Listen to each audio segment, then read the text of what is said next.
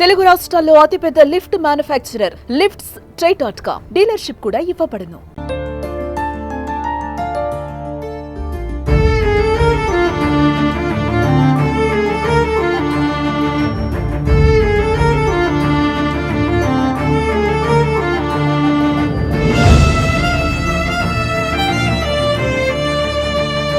పెళ్లి చేసుకున్న తర్వాత మా పెళ్లికి ముందు మా అన్నయ్య మీరు ఎట్లా పెళ్లి చేసుకుంటారో చూస్తా నేను, మీరు ఎట్లా ఉంటారో చూస్తా నేను, సూర్యాపేటలో ఉండనిస్తానా నేను. సూర్యాపేటలో సంచలనం లేపిన కృష్ణ అలియాస్ బంటి హత్య కేసులో దాదాపు పరువు హత్యగానే పోలీసులు అయితే అంచనాకు వచ్చిన పరిస్థితి ఉంది. దీంతో ఏదైతే కృష్ణ మామగారు ఉన్నారో వాళ్ళ కుటుంబ సభ్యులే హత్య చేశారని కూడా పోలీసులు అయితే దాదాపు అంచనాకు వచ్చిన నేపథ్యంలో కూడా పూర్తి స్థాయిలో ఇక్కడ ఆసుపత్రిలో మాత్రం ఒక విషాదకరమైన వాతావరణం అయితే ఉంది. అయితే కృష్ణ అసలు ఎప్పుడు వెళ్ళాడు, ఏం సంగతి, ఆమెకు ఒకవైపు భార్గవికి కూడా మాల అయితే కృష్ణ సామాజిక వర్గం మాల సామాజిక వర్గం దానికి సంబంధించిన మాల సామాజిక వర్గం నాయకులు, మహిళా నాయకులు కూడా అందరూ కూడా వచ్చి ఆమెకు తమ ప్రగాఢ సంతాపం అనేది చెప్తూ పరిస్థితి, ఆమెకు ధైర్యం కూడా చెబుతూ ఉన్న పరిస్థితి కనపడుతుంది. చెప్పమ్మా, అసలు మీ కుటుంబ సభ్యులనే ఒక హత్య చేసింది మీ భర్తను ఒక అంచనా అయితే వస్తుంది, దాదాపు అదే నిజమవుతుంది. ఏమనిపిస్తుంది అసలు మీకు మా అత్తగారు వాళ్ళకు మీకు ఎటువంటి మీ అమ్మగారు తరపున ఇంతకుముందు ఏమైనా బెదిరింపులు జరిగాయా? ఫస్ట్ మేము పెళ్లి చేసుకునేటప్పుడు పెళ్లి చేసుకుంటామని నేను ఇంట్లో చెప్పిన, నాకు వేరే వాళ్ళు నేను ఇచ్చి చేస్తే నేను చనిపోతా, నేను చేసుకొని ఎవరిని బండినే చేసుకుంటా అని చెప్పిన. నన్ను చాలా ఫోర్స్ చేసిర్రు, కొట్టడం తిట్టడం చాలా చేసిర్రు. అయినా కూడా నేను భరించి నాకు బంటే కావాలి అని చెప్పేసి నేను బంటిని పెళ్లి చేసుకున్నామని చెప్పి ఆగస్టు 7th నేను బయటికి వచ్చేసిన. మేము ఆ రోజు పెళ్లి చేసుకున్నాము, నగర్కల్లో పెళ్లి చేసుకున్నాము. పెళ్లి చేసుకున్న తర్వాత మా పెళ్లికి ముందు ఇట్లా మా అన్నయ్య మీరు ఎట్లా పెళ్లి చేసుకుంటారో చూస్తా నేను, మీరు ఎట్లా ఉంటారో చూస్తా నేను, సూర్యాపేటలో ఉండనిస్తానా నేను, చంపుతా మిమ్మల్ని, బంటిని నేను చంపుతా అని చెప్పి నాతో చాలా సార్లు అన్నాడు. అయితే నేను బంటితో చెప్తే సరే మనం మరి ఇక్కడ ఉండాలా వద్దా అని చెప్పి ఆలోచిస్తే ఏం కాదు ఇక్కడనే ఉందామని చెప్పిండు బంటి. అట్లా మాదేంటో మేము బతుకుతున్నాం, మధ్యలో వాళ్ళు ఇట్లా అవి ఇవి చేయడం తిట్టడం అవి ఇవి చేస్తుర్రు, మధ్యలో మాకు తెలుస్తున్నాయి కానీ మేము సైలెంట్ గానే ఉన్నాం. సైలెంట్ గానే ఉంటే ఇంకా మా అన్నయ్య ఏం చేస్తుండో ఏమో తెలియదు. ఆ రోజు నిన్న ఈవినింగ్ 5 o'clock బైర్ మహేష్ అని ఆయన ఫోన్ చేసిండు.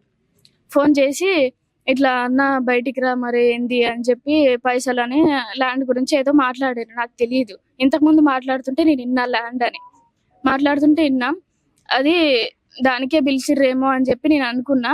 నేను అప్పుడు కాల్ మాట్లాడేటప్పుడు ఆయన ఫోన్ చేస్తే నేను బంటికి ఇచ్చిన, ఫోన్ చేస్తుర్రు అని చెప్పి ఇస్తే మాట్లాడిండు. ఫస్ట్ టైం ఆల్రెడీ ఓకే కూర్చున్నాడు.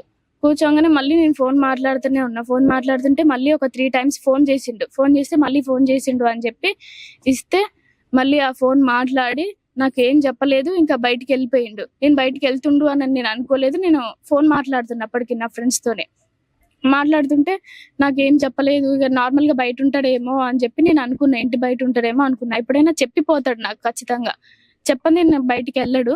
కానీ ఆ రోజు ఏందో మరి కంగారుగా బయటికి వెళ్ళిండు, తెలియదు. ఫోన్ ఎప్పుడైనా మీకు ఇచ్చిపోతాడా? ఫోన్ తీసుకెళ్తాడు కదా మామూలుగా, అయితే ఇప్పుడు ఎందుకు ఇంట్లో పెట్టి వెళ్ళిండు? అప్పుడప్పుడు నాకు ఇచ్చిపోతాడు, నాకు ఫోన్ లేదు, నేను ఒక్కదాన్నే ఉంటా మళ్ళీ లేట్ అవుతుంది అని చెప్పి అప్పుడప్పుడు ఫోన్ ఇస్తాడు. ఎక్కువ శాతం ఆయన దగ్గరనే ఉంటది. నేను ఆ రోజు ఫోన్ మాట్లాడుతున్నా, ఇంకా సర్లే అని చెప్పి ఎమ్మటే వస్తా అనుకొని పోయిండే ఏమో మరి తెలియదు. అటే ఇంకా 5కి వెళ్ళిపోయిండు, ఇంకా రాలేదు. ఇంకా ఆయన దగ్గరికి వెళ్ళిండేమో మాట్లాడుతురేమో అని చెప్పి నేను అనుకున్నా. అయితే 11 o'clock అట్లా నేను ఫోన్ చేసిన ఆయనకి. ఫోన్ చేస్తే లిఫ్ట్ చేయలేడు. అందుకంటే ముందు నాకు 2 సార్లు ఫోన్ చేస్తే నేను నా ఫ్రెండ్తో మాట్లాడుతున్నా, అందుకని ఆయన ఇక నేను లిఫ్ట్ చేయలేదు, ఆయనతో మాట్లాడలేదు. అన్నోన్ నెంబర్స్ నేను ఎత్తను ఆ బంటి ఫోన్లో, నేను మాట్లాడను ఎవరితోనే. అయితే ఇక మళ్ళీ ఇంకా ఏంది ఇంత టైం అవుతుంది అని చెప్పి ఇంకా వస్తలేడు అని చెప్పి నేను ఫోన్ చేస్తే ఆయన ఎత్తలేదు. మా వదినకి ఫోన్ చేసిన, ఒక 3 o'clock అవుతుంది. అప్పటికి 3 o'clock అవుతుంటే వదినకి ఫోన్ చేసి ఇట్లా పోయిండు వదిన, ఇంకా రాలేదు అని చెప్పి నేనంటే మరి ఎవరైనా ఉన్నారా ఏంది ఎవరితో పోయిందంటే ఇట్లా నెంబర్ ఉంది అని చెప్పి ఇచ్చిన వదినకి. ఫోన్ చేయాలంటే స్విచ్ ఆఫ్ వచ్చింది అప్పటికి ఆయనది, బైరు మహేష్ ఆయనది. స్విచ్ ఆఫ్ వస్తే మళ్ళీ నేను చేసిన, అయినా స్విచ్ ఆఫ్ వచ్చింది. మళ్ళీ 5 o'clock చేసిన, 6 o'clock చేసిన, అట్లా చాలా సార్లు చేసినా కూడా స్విచ్ ఆఫే వస్తుంది. అయితే ఎవరు చెప్పారు చనిపోయాడన్న విషయము? మార్నింగ్ నాకు పోలీసులు కాల్ చేసారు. కాల్ చేసి ఇట్లా బంటి ఉన్నాడా అని చెప్పి అడిగితే లేడు, మరి నైట్ వెళ్ళిండు బయటికి, ఏం షర్ట్ వేసుకుండు, జుట్టు కటింగ్ ఎట్లా చేసుకుండు అని చెప్పి, బైక్ ఉందా అని చెప్పి అన్ని అడిగిర్రు. అయితే నేను అన్ని చెప్పిన. సరే అని చెప్పి అన్నారు. సార్ ఏమైంది సార్ అని అడిగితే నేను చెప్పలే. వాళ్ళు చెప్పకపోతే మళ్ళీ అడిగిన నేను. మళ్ళీ కాల్ చేసామమ్మా అని చెప్పిర్రు. వాళ్ళు కట్ చేసిండ్రు.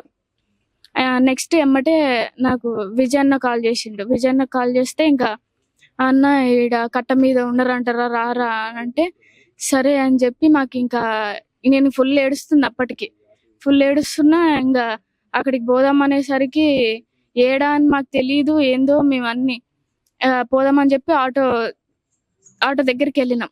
మేము వెళ్తుంటే మళ్ళీ రిటర్న్ ఇక్కడికి హాస్పిటల్ దగ్గర తీసుకొచ్చారు అని చెప్పి మేము రిటర్న్ ఇక్కడికి వచ్చేసినాం. ఇంకా నువ్వు ప్రాణం కంటే ఎక్కువ ప్రేమించిన భర్త చనిపోయాడు, మీ ఫ్యామిలీ దూరమైంది, నెక్స్ట్ ఏం చేయబోతున్నావు అమ్మ? నా బంటిని చంపినందుకు ఖచ్చితంగా నేను పోరాటం చేస్తా. నాలాగా వేరే అమ్మాయికి జరగకూడదు. ఇలా అందరు అమ్మాయిలకి జరుగుతుంది. ఇట్లా జరిగితే ఇప్పుడు నాకు ఏజ్ ఉంది కాబట్టి నేను చేసుకుంటా, అది నా ఇష్టం. వాళ్ళు చెప్పింది చేసుకోవాలంటే నేను చేసుకోను కదా, అంటే నాకు నచ్చాలి కదా ఫస్ట్. అందుకే అమ్మాయిలకి కొంచెం రక్షణ కలిగించాలి అని చెప్పి నేను అనుకుంటున్నా. మీ అమ్మ ఏమంటుందంటే, మీ అమ్మతో మాట్లాడినాము, మీ అమ్మ ఏమంటుందంటే ఆల్రెడీ ఎంగేజ్మెంట్ అయింది, ఇటువంటి బాధ ఏ తల్లిదండ్రులకు ఆడపిల్లలు కలిగించవద్దు, మా బిడ్డ చాలా కష్టపెట్టింది అంటుంది. దానికి ఏం సమాధానం? నాకు ఎంగేజ్మెంట్ ఏం కాలేదు, అవుతుంది అని అంటేనే నేను బయటకు వెళ్ళా. ఎంగేజ్మెంట్ అయితే నేను ఎందుకు బయటకు వస్తాను? ఫస్ట్ నేను ఎందుకు ఎంగేజ్మెంట్ చేసుకుంటా? ఆల్రెడీ నా మనసులో ఒకరు ఉన్నారు. తర్వాత నేను ఎందుకు ఎంగేజ్మెంట్ చేసుకుంటా? నాకు ఇష్టం బంటి అని చెప్పిన వాళ్ళు ఒప్పుకోవట్లేదు. నేను అప్పుడు ఇంట్లో నుంచి వచ్చేసిన. నన్ను కూడా చాలా ఇబ్బంది పెట్టిరు వాళ్ళు. భవిష్యత్తులో మీ ఇంటికి వెళ్తావా, లేకపోతే బంటి వాళ్ళ మదర్ని చూసుకుంటే ఇక్కడ ఉంటావా? లేదు, నేను మా ఇంటికి అయితే వెళ్ళను. నేను బంటి వాళ్ళ ఇంట్లోనే ఉంటా, వాళ్ళతోనే ఉంటా, వాళ్ళ పేరెంట్స్ తోనే ఉంటా. ఇది భార్గవి చెప్తా ఉంది. ఇది బంటి హత్య వెనక ఎవరున్నా కూడా వదిలిపెట్టేది లేదు, ఖచ్చితంగా మా ఇంటికి అయితే వెళ్ళే ప్రసక్తే లేదు. బంటి వాళ్ళ మదర్ని ఫాదర్ని చూసుకుంటూ వాళ్ళ ఇంట్లోనే ఉంటాను, జీవితం మొత్తం కూడా వాళ్ళతోనే గడుపుతాను కూడా భార్గవి చెప్తా ఉంది.